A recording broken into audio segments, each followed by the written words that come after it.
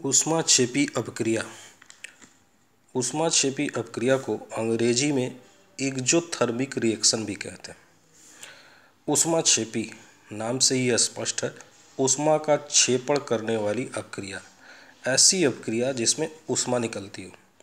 इसी आधार पर इसकी परिभाषा भी बनती है। ऊष्माक्षेपी अपक्रिया की परिभाषा है ऐसी अपक्रियाएं जिनमें उत्पाद के साथ साथ ऊष्मा भी उत्पन्न होती है, उन्हें ऊष्माक्षेपी अपक्रिया कहते हैं।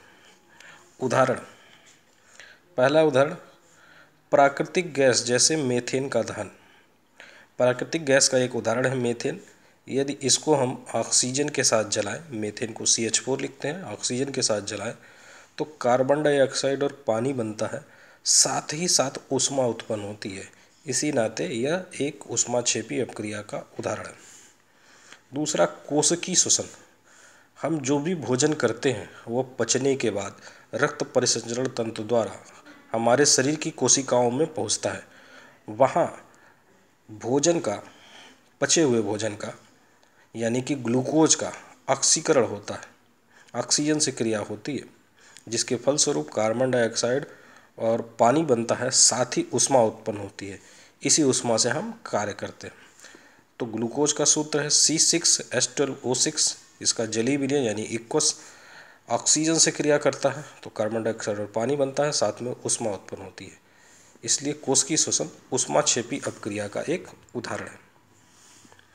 तीसरा, साग सब्जियों या वनस्पति द्रव्य के विघटन से कंपोस्ट का बनना। जो भी वनस्पतियों से प्राप्त होने वाली साग सब्जियां हैं, जो हमारे किचन में, रसोई घर में अपशिष्ट के रूप में बच जाती हैं, यदि उनको इकट्ठा करके गड्ढे में सूक्ष्मजीवों की सहायता से खाद में बदला जाए तो उसी को कंपोस्ट कहते हैं। इस विघटन क्रिया में, कंपोस्ट बनने की क्रिया में ऊष्मा उत्पन्न होती है। इसलिए साग सब्जियों या वनस्पति द्रव्य के विघटन से कंपोस्ट का बनना, ये भी ऊष्माक्षेपी अपक्रिया का एक उदाहरण है। चौथा, बिना बुझे चूने की पानी से क्रिया। यह क्रिया आप पीछे के वीडियो में भी पढ़ चुके हैं। CaO यानी कैल्शियम ऑक्साइड को बिना बुझा चूना कहते हैं। जब इसमें पानी मिलाते हैं तो बुझा हुआ चूना यानी कैल्शियम हाइड्रॉक्साइड का जलीय विलयन बनता है, साथ में ऊष्मा उत्पन्न होती है। जिस बीकर में इस क्रिया को कराया जाता है, उस बीकर को अगर हम हाथ से छू कर देखें तो हमें ऊष्मा का अनुभव होगा। इस तरह से ये जो चारों अपक्रियाएं उदाहरण के रूप में हमने पढ़ी, इन सब में ऊष्मा उत्पन्न होती है, इसलिए ये सभी ऊष्माक्षेपी अपक्रिया के उदाहरण हैं।